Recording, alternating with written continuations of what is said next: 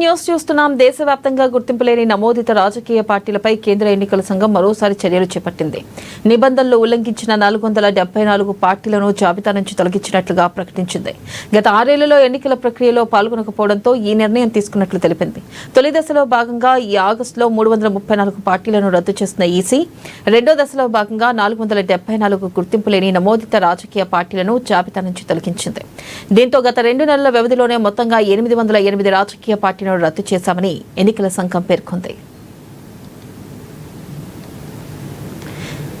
ఇక దీనిపై మరింత సమాచారాన్ని మా ప్రతినిధి హరీష్ ఫోన్ లైన్ ద్వారా అందిస్తారు. హరీష్. రైట్, థ్యాంక్ యూ వెన్నెల. దేశంలో కాగితాలకే పరిమితమైన రాజకీయ పార్టీలపై కేంద్ర ఎన్నికల సంఘం కొరడా జుల్పించింది. ఇక నిబంధనలను పాటించని వందలాది పార్టీలపై కఠిన చర్యలు కూడా తీసుకుంది. ఇక గత 2 నెలలుగా మొదటి దఫాలో ఇక మొత్తంగా 808 సంబంధించిన రిజిస్టర్ అయి గుర్తింపు లేని రాజకీయ పార్టీలకు సంబంధించి నమోదును రద్దు చేస్తూ సంచలన నిర్ణయం తీసుకుంది.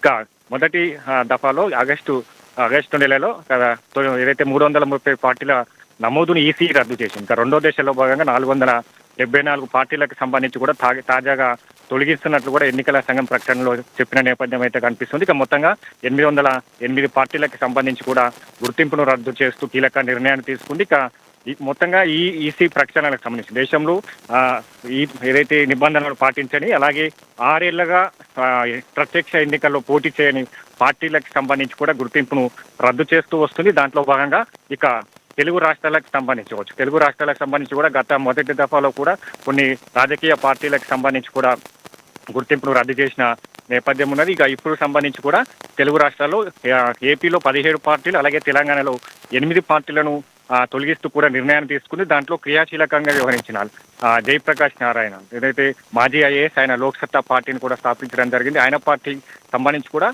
గత 6 ఏళ్లుగా కూడా ప్రత్యక్ష రాజకీయాల్లో లేకపోవడంతో ఆ గుర్తింపును కూడా రద్దు చేసిన నేపథ్యం ఉంది. దాంతో పాటుగా తెలంగాణలో ఏదైతే 8 పార్టీలకు సంబంధించి ఆల్ ఇండియా ఆజాద్ పార్టీ, అలాగే ఆల్ ఇండియా ఓబీసీ పార్టీ, అలాగే BC Bharatadesam party, Bharat labour Praja party, Loksatta party, Mahajana Mandali party, Navabharat national party, Telangana Pragati Samiti. ఇక తెలంగాణలో ఈ పార్టీలను రద్దు చేసింది. ఆంధ్రాకు సంబంధించి కూడా 17 ఏదైతే పార్టీలను కూడా రద్దు చేస్తూ కీలకమైన నిర్ణయాన్ని అయితే తీసుకున్న నేపథ్యం అయితే కనిపిస్తూ ఉంది.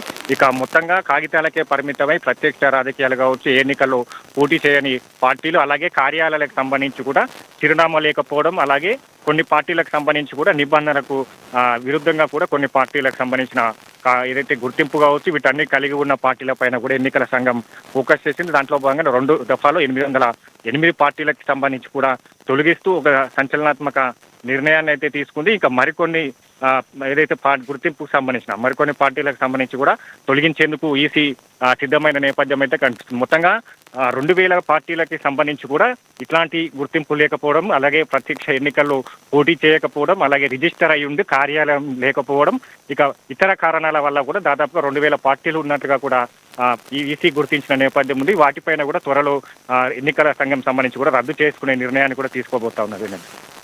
Right, thank you Ramesh. Harish.